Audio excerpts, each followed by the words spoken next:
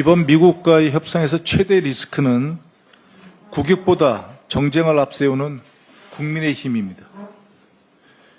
연일 국민의힘은 미국과 협상 중인 정부를 비난하고 있습니다. 지지부진하다는데 무슨 근거로 그런 주장을 하는지 모르겠습니다. 구체적인 이유도 어떠한 설명도 없습니다. 난데없이 반미 친중 타령을 하면서 이미 협상이 실패한 것처럼 주장하기도 합니다. 이재명 정부의 일이니 일단 비난하고 보자는 식입니다. 국민의힘은 일본이 합의한 관세 15%를 마지노선처럼 말합니다. 15%로 낮추면서 일본이 지불한 비용은 왜 말하지 않습니까? 미국산 쌀과 일부 농산물을 추가로 개방하기로 했습니다. 약 760조 원을 미국에 투자하기로 했습니다. 국민의힘은 우리 농민의 생존권, 국민의 먹거리 걱정, 정부와 기업의 투자 부담은 안중에도 없습니까? 실패를 예단하면서 일본만큼만 하라고 주장하는 국민의힘은 국익과 민생을 말할 자격이 없습니다. 협상은 현재 진행 중입니다. 정부는 국익을 가장 큰 기준으로 국민 산업 보호를 위해 최선을 다하겠다고 밝혀왔습니다. 지금은 정쟁을 삼가하고 국익과 국민의 삶을 책임지는 정치가 무엇인지 진지하게 고민하고 모두가 힘을 모을 때입니다. 국민의힘은 뚜렷한 대안을 내놓거나 정부의 힘이 되어줄 생각이 없다면 제발 조용히라도 계십시오. 그게 협상의 리스크를 줄이고 국익과 민생에 도움이 되는 일입니다. 세수 파탄과 재정위기, 조세 정상화로 바로잡겠습니다. 금고가 비었습니다. 우리는 지금 아주 비투성입니다. 1998년 고 김대중 대통령님께서 국민께 드린 말씀입니다. 27년이 지났지만 정부가 처한 재정위기, 세수 파탄 상황을 설명하는데 전혀 어색함이 없습니다. 그때는 IMF 외환위기가 원인입니다. 지금의 위기는 윤석열 정부의 실정, 오판 때문입니다. 잘못된 것을 바로잡자고 했더니 국민의힘은 부자 증세, 기업 때려잡기라고 호도하며 반대합니다. 참으로 낯두꺼운 주장입니다. 윤석열 정부 3년 동안 나라 고가는 거덜났고 빚에 허덕이는 신세가 되었습니다. 2024년 한 해에만 한국은행에서 173조 원을 차입했습니다. 이자만 무려 2천억 원이 넘었습니다. 차입 횟수는 무려 84회로 모두 역대 최다입니다. 지난 2년간 법인세는 41조 원이나 줄었습니다. 사상 처음으로 근로소득세가 법인세를 넘어섰습니다. 2년 연속된 수십조 원의 세수 결손은 텅 빈 국고를 넘어 국가 운영의 기반까지 무너뜨리고 있습니다. 이대로는 국민의 삶도 대한민국의 미래도 지킬 수 없습니다. 국민의힘은 재정위기, 세수 파탄 사태의 공범을 넘어 주범입니다. 조금이라도 책임을 느낀다면 증세 딱지를 붙인 갈등 조장과 정쟁을 즉시 중단하십시오. 그리고 재정위기 극복을 위한 조세 정상화에 동참하십시오. 민주당은 조세 정상화 특별위원회를 중심으로 정부와 긴밀하게 협의해서 합리적인 조세 정상화 방안을 마련하겠습니다. 민주당은 7월 국회에서도 민생개혁 입법을 신속하게 그리고 체계적으로 추진하겠습니다. 6월 국회에서 코스피 5천 시대의 마중물인 상법을 개정했고 민생경제 회복의 마중물인 추경을 통과시켰습니다. 이번 7월 국회에서는 윤석열 정부의 거부권에 막힌 민생개혁 법안을 신속하게 처리하도록 하겠습니다. 지금의 복합적 위기, 민생경제 상황을 생각하면 법안 처리를 더는 늦출 수 없습니다. 빠른 집행도 중요한 만큼 정부와 긴밀히 협의해서 민생개혁 입법의 추진 로드맵을 마련하겠습니다. 로드맵에 따라 신속하게 그리고 체계적으로 추진해 나가겠습니다. 이견을 조율하고 우려를 불식시키는 대책도 마련하겠습니다. 앞으로도 민주당은 정부와 혼연일체가 되어 위기 극복과 민생경제 회복에 총력을 다하겠습니다. 오늘 국토교통부와 문화체육부 장관 후보자 인사청문이 있습니다. 역시나 국민의힘은 자격이 없다는 레코드를 틀어놓고 무조건 반대를 외치고 있습니다. 민주당은 능력과 자질을 중심으로 철저하게 검증하겠습니다. 그렇지만 국정 흔들기, 발목 잡기에는 단호하게 거부하며 대응하겠습니다. 이상입니다. 예, 다음은 진성준 정책위 의장님 발언이 있겠습니다. 산재 사고가 빈번했던 SPC그룹이 27일 8시간 초과 야근 전면 폐지를 발표했습니다. 이재명 대통령께서 지난 25일 SPC 삼립 공장에서 산업재해 근절 간담회를 연 지 딱 이틀 만의 일이었습니다. 대통령은 이 자리에서 똑같은 현장에서 똑같은 방식으로 똑같은 사고가 반복되는 것은 문제라고 지적하면서 특히 심야 장시간 노동의 위험성을 강조했습니다. 새 정부의 노동 존중 의지와 이재명표 현장 정치를 가감없이 보여준 사례라고 생각합니다. 민주당도 어제 노란봉투법, 노조법 2, 3조 개정안을 환경노동위원회에서 처리했습니다.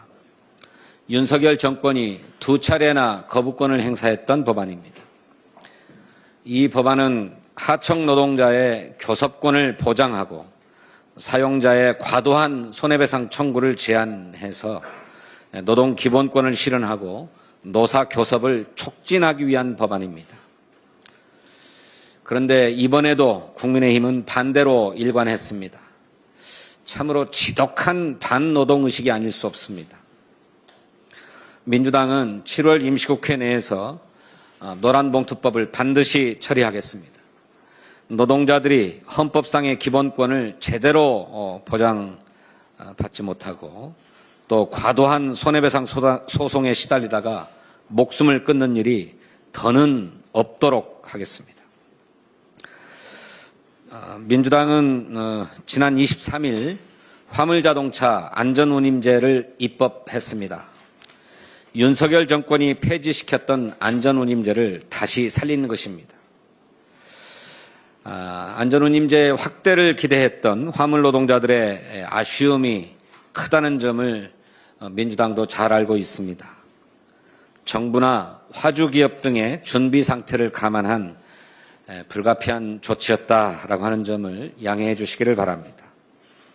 민주당의 정책 방향은 확고합니다. 안전운임제의 상시화와 단계적 품목 확대, 국토교통정책조정위원회를 중심으로 정부와 지속가능한 안전운임제를 협의하고 관련 연구 용역도 추진해 가겠습니다.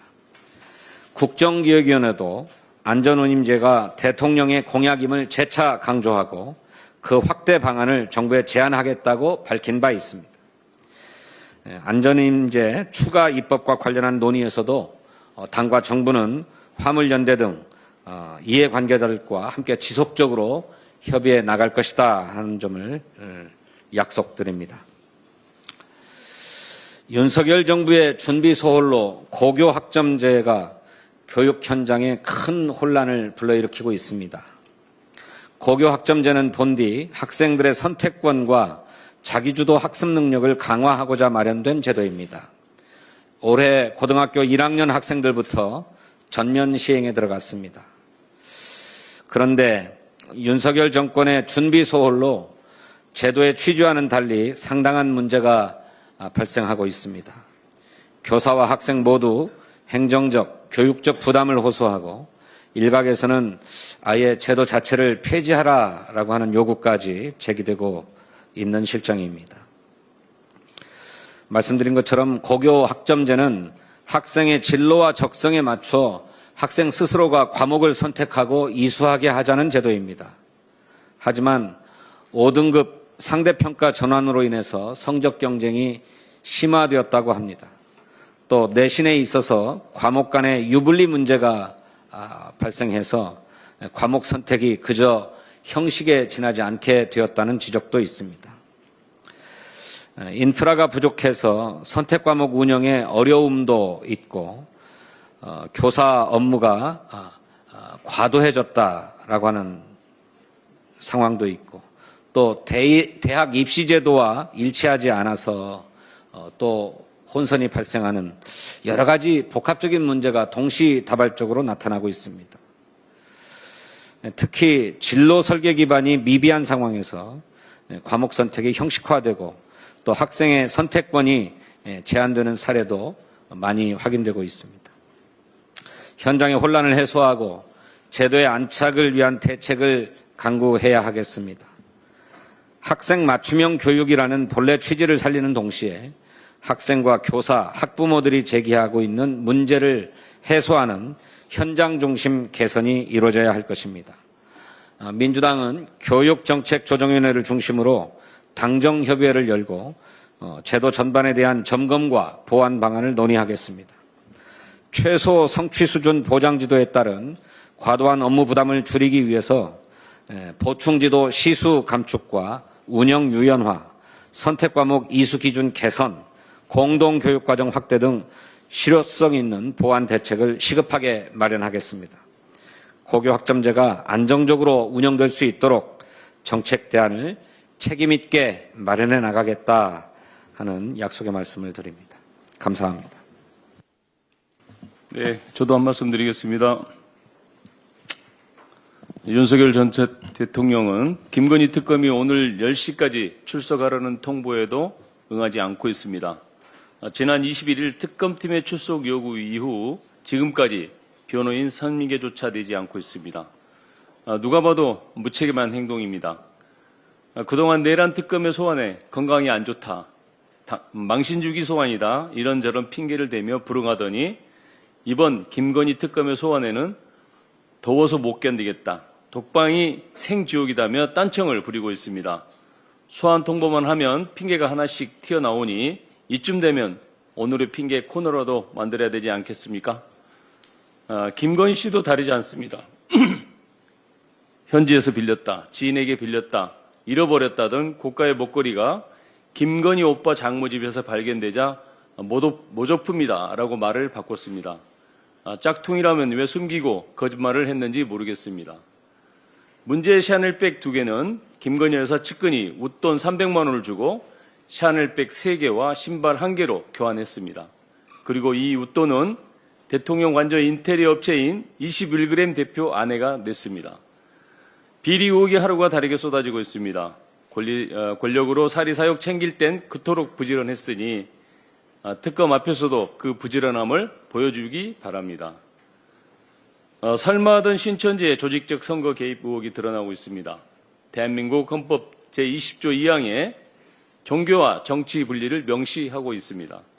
이미 현재는 작년 1월 목사의 교회 내 선거운동 금지는 합헌임을 밝힌 바 있습니다. 정치와 종교가 부당한 이해관계로 결합하는 부작용을 방지함으로써 달성되는 공익이 더 크다라고 판결문에 구체적으로 적시했습니다. 지금 드러나는 의혹은 목사 한두 사람의 일탈이 아니라 종교단체가 특정 정당과 후보를 조직적으로 밀어준 사안입니다. 단순한 선거 개입을 넘어 헌법이 금지한 정치와 종교의 결탁을 보여주는 사건입니다. 명백한 반헌법적 범죄이며 민주주의 근간을 훼손하는 심각한 사안입니다.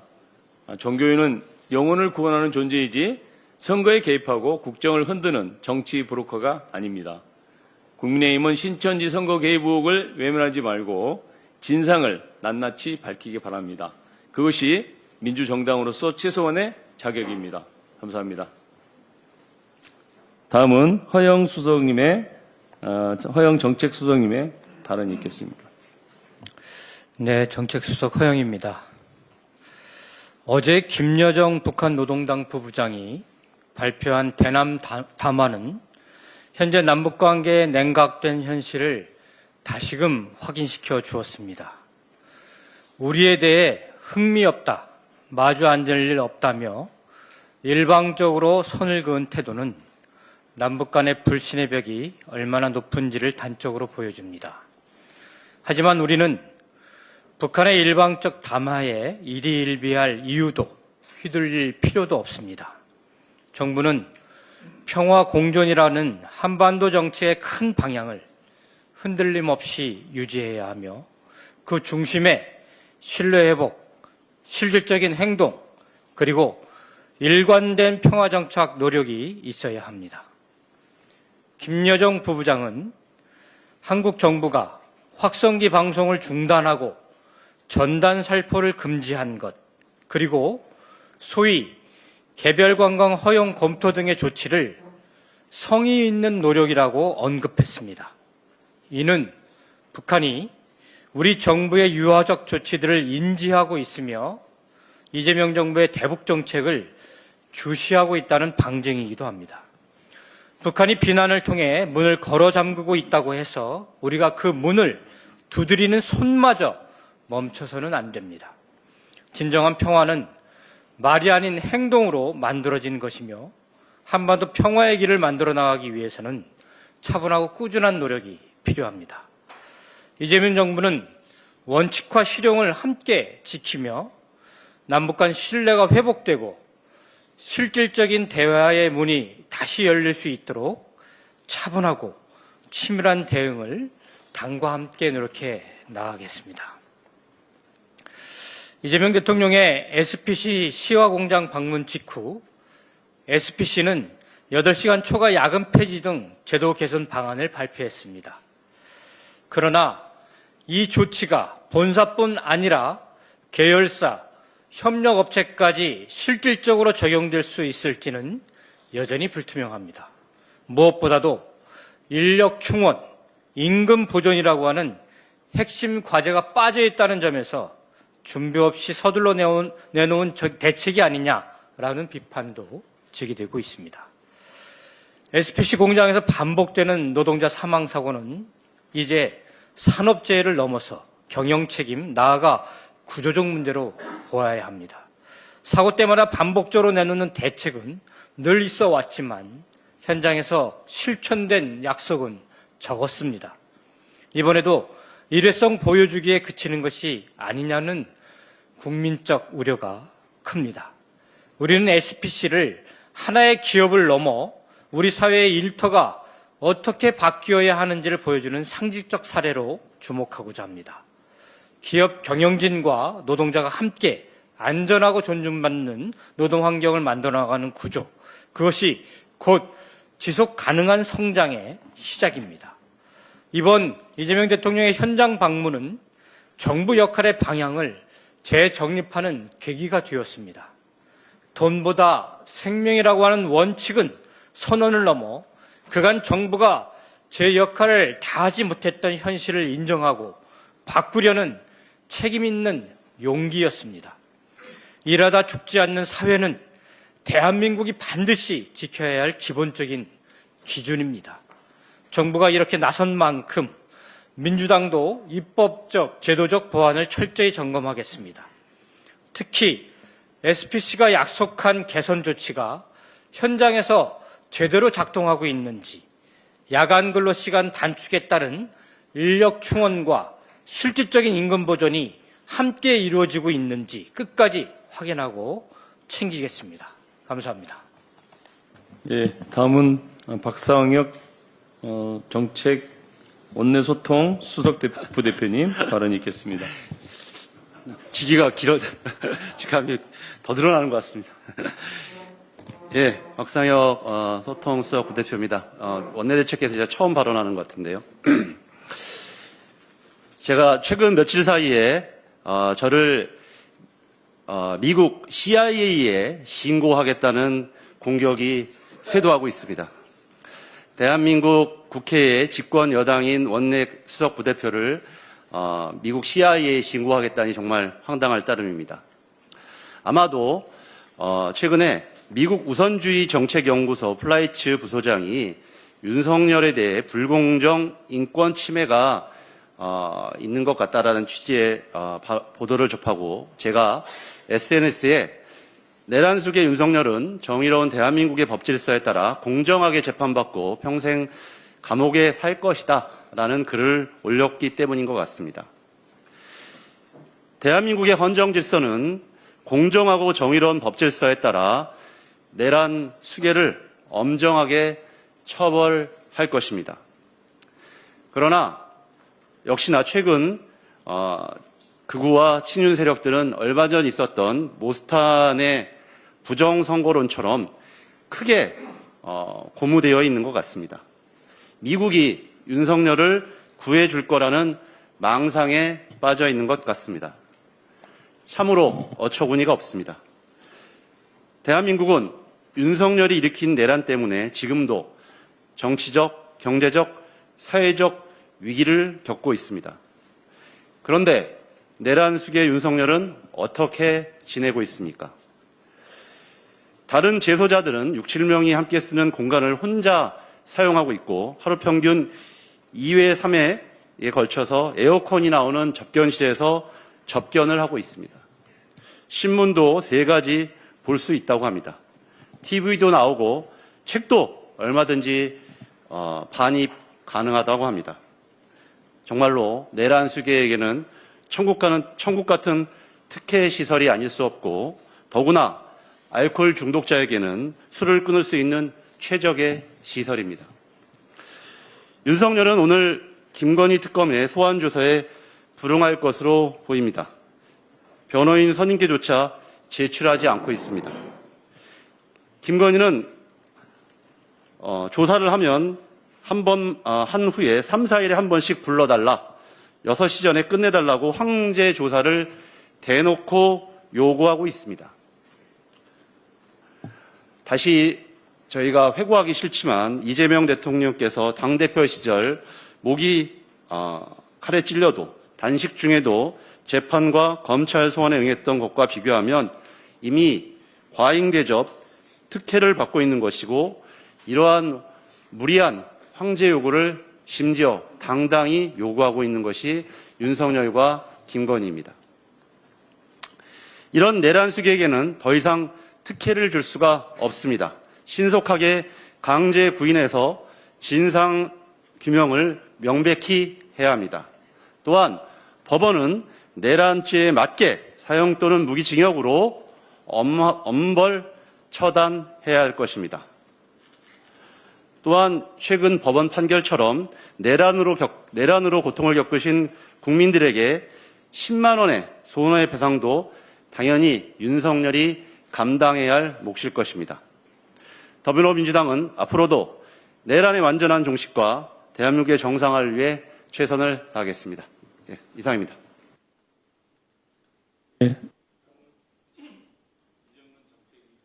발언이 있겠습니다.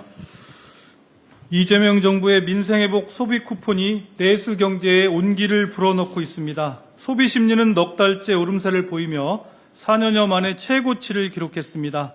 지역 상권과 골목 경제에도 활기가 퍼지고 있으며 특히 편의점 매출이 뚜렷한 회복세를 보이고 있다고 합니다. 특정 편의점의 경우 전월 대비 같은 기간에 비해 김치 99%, 국, 탕, 찌개 326.6%, 기저귀 70% 등 식료품과 생필품 매출이 큰 폭으로 증가했다고 합니다. 폭우 폭염으로 인한 밥상 물가는 물론 생활 물가가 전반적으로 오른 가운데 실생활에 밀접한 소비 수요가 소비 쿠폰을 통해 드러나고 있는 것입니다. 민생경제 회복의 선순환이 본격적으로 시작되고 있습니다. 소비 쿠폰을 받은 국민들은 실질적인 혜택이 크다는 반응을 보이고 있고 소상공인, 자영업자들 역시 손님이 눈에 띄게 늘었다, 매출이 오르고 있다며 긍정적인 반응을 전하고 있습니다. 여기에 대해 정부는 지난 25일부터 영화관 입장권 6,000원 할인권 450만 장을 배포했습니다. 오랜 기간 침체된 영화 산업에도 본격적인 여름 휴가철과 맞물려 활력을 불어넣을 것으로 기대합니다. 민생을 살리는 정책은 숫자로 현장에서 증명됩니다. 더불어민주당은 이재명 정부와 함께 민생정책 효과를 극대화하고 국민께서 체감할 수 있는 민생경제 회복을 위해 뚜벅뚜벅 나아가겠습니다. 코리아 프리미엄을 더는 미룰 수 없습니다. 어제 국회 법제사법위원회 법안 소위에서는 이른바 상법 개정안 시즌2가 통과되었습니다. 자산 2조 원 이상 상장회사를 대상으로 특정 이사 후보에게 의결권을 집중할 수 있는 집중투표제를 정관으로 배제할 수 없도록 하고 감사위원 분리선출 인원을 기존 1명에서 2명으로 확대하는 것이 주요 내용입니다. 그동안 법사위는 상법 개정안 논의를 위해 수차례의 소위원회 회의를 열었고 2차례의 공청회를 진행하는 등 충분한 심의 절차를 거쳤습니다. 하지만 끝내 이견을 좁히지 못했고 더 이상 법안 처리를 지체할 수 없다는 공감대 속에 표결로 결론을 내리기로 뜻을 모았습니다. 하지만 국민의힘 법사위 의원들은 목리를 부리며 표결에 불참하고 회의장을 떠났습니다. 민주적 의사결정을 스스로 거부한 것입니다. 국민의힘 법사위원들에게 주식시장 활성화에 대한 의지와 책임감이 있는지 묻고 싶습니다. 민주당은 다양한 목소리를 경청하고 소통하겠습니다. 최근 이사의 충실 의무를 명시한 상법 개정과 함께 배임죄의 범위가 과도하게 확장되는 것이 아니냐는 재개의 우려가 제기되고 있습니다. 배임죄와 관련하여 대법원이 판례로 확립한 경영 판단의 원칙을 법제화하자는 요구도 있습니다. 민주당은 이번 상법 개정안 통과와 함께 이에 대한 논의도 시작하겠습니다. 코리아 디스카운트가 아닌 코리아 프리미엄을 실현하고 코스피 5천 시대를 향해 일관된 정책으로 나아가겠습니다. 이상입니다. 예, 다음은 문대림 부대표님의 발언이 있겠습니다. 네, 안녕하십니까. 평화의 섬 제주시 갑지역구의 문대림 의원입니다. 대한민국은 지금 중대한 국가위기에 직면해 있습니다. 전국 228개의 기초자치단체 가운데 절반이 넘는 130개는 소멸위기 지역으로 분류되고 있으며 그중 57개 지역은 초위험 단계에 진입해 있습니다. 행정안전부는 2025년 89개의 시군구를 인구 감소 지역으로 지정했습니다. 이 중 무려 94%에 해당하는 84개가 농어촌 인구 소멸 지역에 해당합니다. 이제 지방 소멸을 넘어 국가 소멸을 우려해야 하는 심각한 상황입니다. 지금과 같은 인구 감소 추세가 계속되어질 경우 100년 후인 2125년 우리나라의 인구는 현재의 15% 수준인 753만 명으로 줄어들 것이라는 전망도 발표되었습니다. 조속한 대책 마련이 필요한 시점입니다. 농어촌은 매년 10만 명 이상의 청년이 수도권으로 빠져나가며 고령화, 성장 동력 부재, 인프라 부족 등으로 인한 소멸 위기에 빠져 있습니다. 반면 수도권은 국토의 11.8%밖에 되지 않는 면적임에도 인구의 51% 이상이 거주하고 있습니다. 이미 과포화 상태에 빠진 수도권에는 부동산 가격 상승 및 주거 불안 문제, 교통체증, 과도한 경쟁으로 인한 각종 생활비 증대, 결혼과 출산 포기 등 또 다른 심각한 문제들이 발생하고 있습니다. 사람들이 농어촌을 떠나고 지방 작은 도시들이 폐허가 된다면 결국 대한민국 전체의 균형과 공동체가 무너지게 될 것은 너무나도 자명합니다. 지방이 지속 가능해야 수도권을 넘어 대한민국이 지속 가능한 성장이 가능합니다. 지난 윤석열 정권은 지방 소멸, 농어촌 위기를 외면하며 지역 간, 산업 간 양극화를 방치했습니다. 오히려 막대한 세수결손의 책임을 지방에 떠넘기며 고된 농어민의 삶을 더욱 피폐하게 만들었습니다. 민주당은 다릅니다. 노무현 전 대통령께서는 지방분권과 국토의 균형 발전을 참여정부의 핵심 국정과제로 삼고 수도권과 지방이 함께 잘 사는 공존의 국가정책을 실천하셨습니다. 문재인 정부 역시 지역이 강한 나라, 균형 잡힌 대한민국이라는 비전 아래 지역주도 자립성장 기반 마련을 실천하였습니다. 그리고 이재명 대통령은 10대 공약으로 5대 초광역권 3대 특별자치도를 중심으로 고르게 잘 사는 대한민국 기반을 만들겠다고 약속했습니다.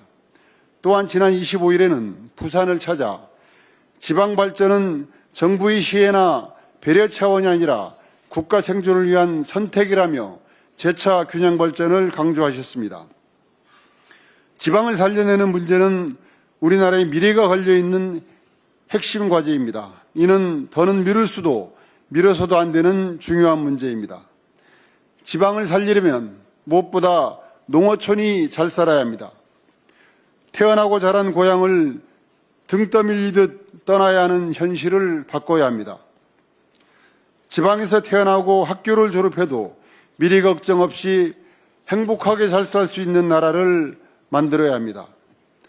더불어민주당은 이를 위해 집권 여당으로서 지방정부의 안정적 자주재원 확보를 위해 국세2, 지방세 이양 등의 재정구조 개편, 공공기관 2차 이전 등을 통한 지역 혁신 거점 구축 및 자생적 성장 기반 마련, 각종 사업권 및 세출권이 과감한 지방 이양 등을 힘있게 추진해 나가겠습니다. 지난 23일 더불어민주당이 주도하에 농업민생사법 중 농어업재해대책법과 농어업재해보험법이 국회를 통과했습니다. 재해로부터 농민을 보호하기 위해 발의됐지만 윤석열 정부가 농어민의 절박한 외침을 정쟁으로 매도하며 거부권을 행사한 법안들입니다.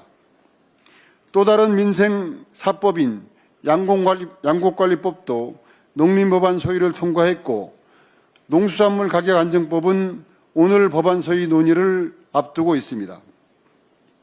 국민의힘에 요구합니다. 지방이 지속가능한 생태계를 설계하는 것은 대한민국의 발전을 위해 무엇보다 시급한 일입니다. 향후 농민을 위한 법안 처리와 예산 확보에 적극적으로 협조하여 여야를 떠나 농민들이 삶을 지키고 지방을 살리는 일에 매진해 주시기 바랍니다. 더불어민주당은 언제나 지방과 농어민 곁에서 모든 국민이 고르게 함께 성장하는 진짜 대한민국을 만들어 나가겠습니다. 감사합니다. 예, 다음은 전용기 국민소통위원장의 발언이 있겠습니다. 네. 국회 운영위원회를 열어서 윤재순 전 총무비서관을 위증 혐의로 고발해야 합니다. 그리고 김건희 특검은 누가 국민 앞에서 거짓말을 하고 있는지 낱낱이 밝혀야 할 것입니다. 연일 나오는 보도를 보면 김건희 측에서 나오는 장신구 해명이 참으로 구질구질합니다. 2022년 8월 나토 정상회의 당시 김건희 여사가 착용한 명품 장신구들에 대해 윤재순 당시 총무비서관은 2점은 지인에게 빌렸고 1점은 소상공인에게 구입했다고 해명했습니다. 이후 11월 8일에 있었던 국회 운영위원회 국정감사에서 1점은 이미테이션이라고 이야기합니다. 이것이 해당 회의록입니다. 2022년 11월 8일입니다. 장신구 3점 중에 2점은 지인에게 빌리고 1점은 소상공인에게 구입한 것이 사실이냐는 질문에 1점은 제가 이미테이션이었다. 그렇게 기억을 한다고 답했습니다. 그리고 지금 보면 2점은 빌렸다고 1점은 소상공인에게 구입한 것이다. 그래서 재산신고 대상이 아니라고 말씀드리는 걸로 그것이 팩트다라고 답변을 합니다. 그러나 최근 김건희 특검이 확보한 진술서에 따르면 김 여사 측은 당시 착용한 장신구 전부가 모조품이었다라고 밝혔습니다. 대통령실이 공식적으로 밝힌 지인에게 빌렸다, 소상공인에게 구입했다는 해명이 전면 거짓이었음이 의심되는 정황입니다. 더욱이 특검이 김건희 목걸이 등의 장신구에 대한 진품 여부를 감정 중인데 감정 이후에 추가적인 문제로 부상할 것으로 보입니다. 그렇기 때문에 윤 비서관이 거짓말을 듣고 전달한 것인지 아니면 의도적으로 국회에서 위증을 한 것인지 명확히 따져야 할 것입니다. 총무비서관은 대통령실 전체 살림을 책임지는 자리인데도 윤재순 전 비서관은 재산 신고에 대해서는 모른다는 말만 반복하며 책임을 회피했습니다. 그러나 조금 전에 확인한 것처럼 이미 윤재순 비서관은 명품 시장에서 가장 예민한 부분인 이미테이션이라는 내용까지 확인하고 그리고 세계 무대에서 대한민국 영부인이 가짜 명품을 착용했다라는 것을 국회 국정감사에서 증언한 것입니다. 이 정도면 단순한 무지가 아니라 국회와 국민을 기만하는 조직적 은폐의 사례로 의심할 수 있습니다.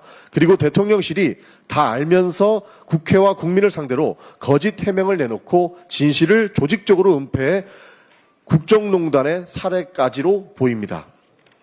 이는 김건희를 보호하기 위해서 윤석열 대통령실이 전면에 나서서 은폐에 가담했다고 볼 수밖에 없는 정황입니다. 즉각 국회 운영위원회를 열어 윤재순 전 비서관을 국회법에 따라 위증 혐의로 고발해야 합니다. 또한 특검이 이 위증 혐의와 김건희 여사의 진술의 신빙성을 포함해 위증 혐의 등 누가 거짓을 말하고 있는지를 철저히 밝혀야 할 것입니다. 윤석열 대통령실이 어물쩍 넘어가려 거짓 해명과 은폐에 책임이 있다면 그에 합당한 정치적, 법적 책임을 반드시 져야 할 것임을 밝힙니다. 이상입니다. 네, 이상으로 제46차 원내대책회의를 마치겠습니다.